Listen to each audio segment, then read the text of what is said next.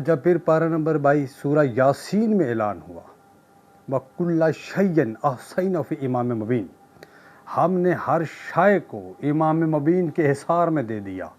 ہر شے امام کے احصار میں ہے، چاہے وہ رزق ہے، چاہے وہ عزت ہے، چاہے وہ اولاد ہے.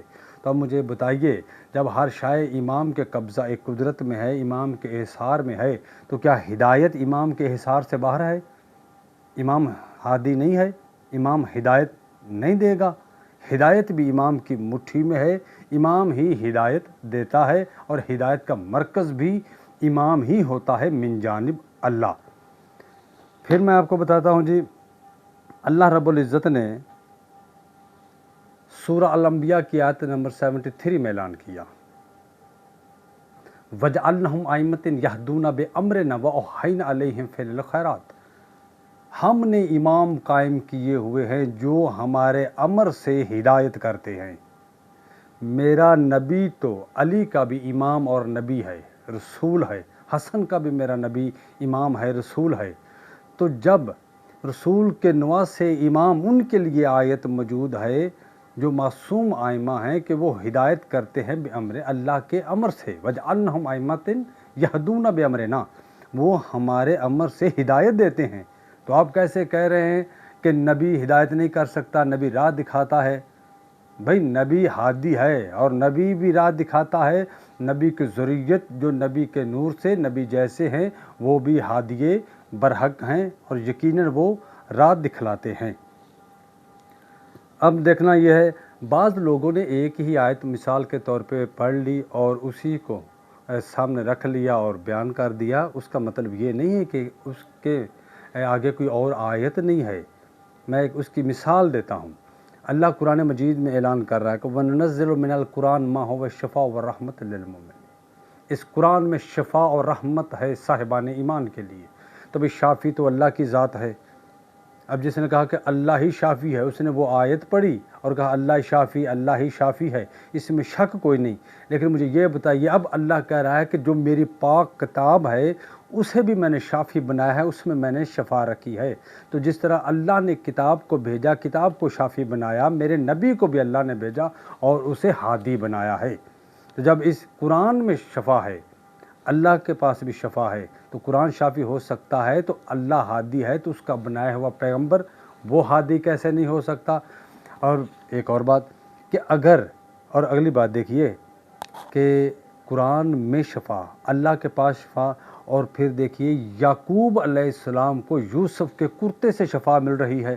اب جس نے صرف آیت یہی مد نظر رکھی ہے کہ باجی شافی اللہ ہے، یا سن رکھا ہے شفا اللہ ہی دیتا ہے، تو وہ پھر قرآن کی دوسری آیت میں نہیں گیا کہ قرآن میں بھی شفا ہے. جب قرآن میں بھی جس نے یہ پڑھا صرف قرآن ہی شفا دیتا ہے، تو وہ یہی رکا، ایک وہاں پر رکا کہ اللہ شافی ہے.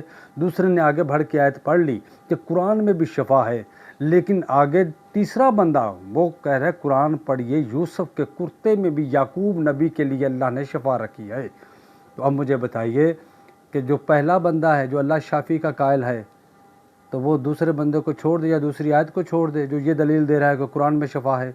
اور جو اللہ اور قرآن کی شفا کے قائل ہیں، تو جو تیسرا بندہ دلیل دے رہا ہے کہ یوسف کے کرتے میں بھی شفا ہے، تو اب بتائیے یہ اپنے اپنے مطالعے اور معرفت کی بات ہے. اگلی بات ایک اور قابل کہ یہ جی اللہ جسے چاہتا ہے ہدایت دیتا ہے، اللہ جسے چاہتا ہے، اس میں کوئی شک و شبہ نہیں.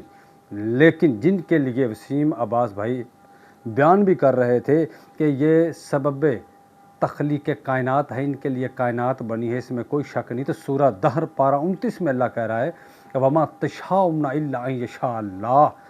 یہ جو چاہتے ہیں وہ میں اللہ چاہتا ہوں، اور جو میں اللہ چاہتا ہوں وہ یہ چاہتے ہیں. یعنی کہ ان کی چاہت اللہ کی چاہت ہے، اور اللہ رب العزت کی چاہت ہی ان کی چاہت ہے.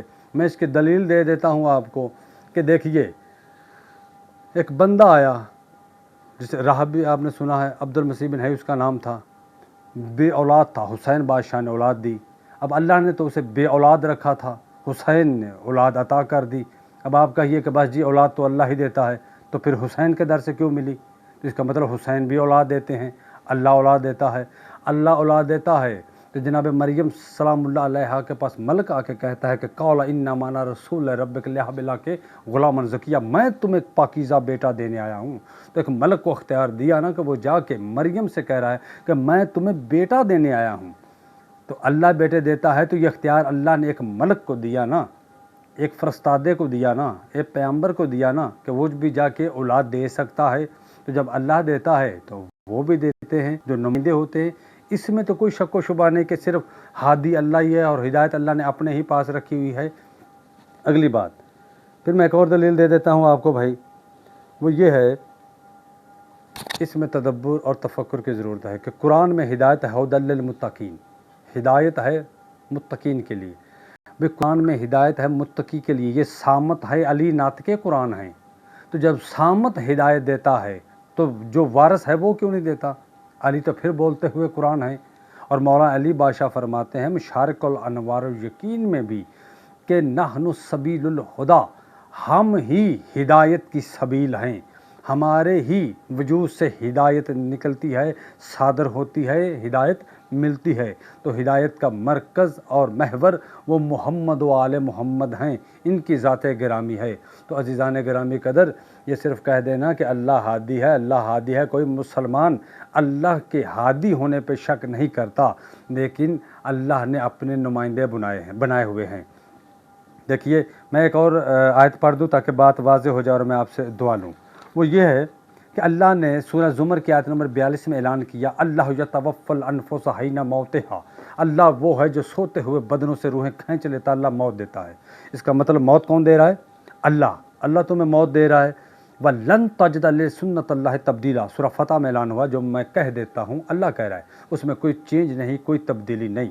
پھر اللہ سورہ الانعام میں اعلان کر رہا ہے احدکم الموت تتوفتہ الرسول، موت تمہیں میرے رسول دیتے ہیں۔ یہاں رسول سے مراد ملائک ہیں۔ پہلے کہہ رہا موت میں دیتا ہوں، اب جس نے پہلی آیت پڑھی وہ کہتا صرف اللہ ہی موت دیتا ہے، اور اللہ خود کہہ رہا ہے میں اپنا قول نہیں بدلتا۔ تو پھر وہی اللہ کہہ رہا ہے کہ یہ موت تمہیں جو ہے وہ ملائک دیتے ہیں۔ پھر اللہ کہہ رہا ہے کہ ملک الموت تمہیں موت دیتا ہے۔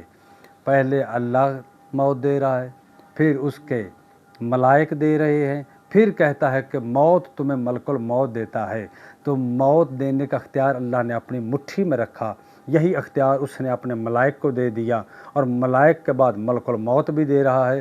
تو جب فرشتے اللہ والا کام کر رہے ہیں جو اللہ موت دیتا ہے، تو وہ فرشتے جو آل محمد کے در کے خادم ہیں، نوکر ہیں، جو ان کے اذن کے بغیر ان کی دہلیز کے اندر قدم نہیں رکھ سکتے، وہ اللہ والا کام کر سکتے ہیں، موت دے سکتے ہیں۔ تو ہدایت بھی تو اللہ کے پاس ہے، تو آل محمد جو فرشتوں سے افضل و اعلیٰ ہیں وہ ہدایت کیوں نہیں دے سکتے، اللہ والا کام کیوں نہیں کر سکتے جس طرح اللہ ہادی برحق ہے۔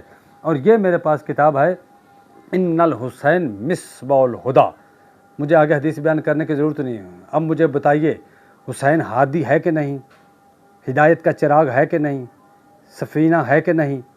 تو عزیزان گرامی قدر، محمد و اہل بیت علیہ الصلوۃ والسلام ہادی ہیں، آل محمد جو ہیں وہ سرچشمہ ہدایت ہیں، مرکز ہدایت ہیں، ان سے دوری اللہ سے دوری ہے۔ تو لہٰذا وسیم عباس صاحب ہمارے بھائی نے جو بیان کیا، یہ انبیاء کی شان میں کوتاہی اور تقصیر کی گئی، یہ تقصیر ہے، انہیں معافی مانگنی چاہیے، اور یقیناً محمد و آل محمد معاف کرنے والے ہیں۔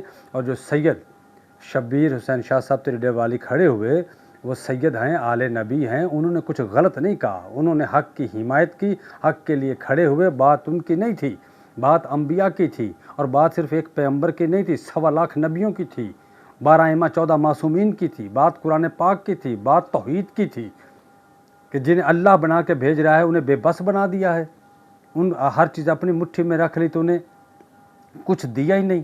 ایسا ہرگز نہیں ہے۔ یہی تو وجہ ہے کہ اللہ اگر مرد بناتا ہے تو حسن میرے مولا کو اللہ نے اختیار دیا کہ وہ مرد کو عورت بنا رہا ہے۔ اللہ نے انسان بنایا لیکن علی بادشاہ کی عظمت پہ شک کیا، علی نے کتا بنا دیا۔ اب مجھے بتائیے اللہ نے اولاد رحب کو نہیں دی تھی، حسین بادشاہ نے اولاد عطا کر دی۔ اب مجھے بتائیے اللہ شافی ہے تو شفا اللہ ہی کے پاس ہے، تو فطرت در حسین پہ آیا تو شفا مل گئی۔ اب مجھے بتائیے اس کا انکار کریں گے آپ کہ حسین کے در سے شفا نہیں ملی، جھولے سے شفا نہیں ملی؟ حسن نے مرد کو عورت نہیں بنایا ہے، علی نے کتا نہیں بنایا ہے، جناب یعقوب کو یوسف کے کرتے سے شفا نہیں ملی ہے، تو شافی اللہ ہے۔ تو اسی طرح جس طرح ہادی اللہ ہے، اسی طرح آل محمد بھی ہادی ہیں، جس طرح شافی اللہ ہے اسی طرح شافی محمد و آل محمد بھی ہیں، جس طرح موت کا اختیار اللہ کے پاس ہے، ملائک کے پاس ہے، اسی طرح آل محمد کے پاس بھی ہے۔ والسلام تو فیا علی علیہ السلام مدد۔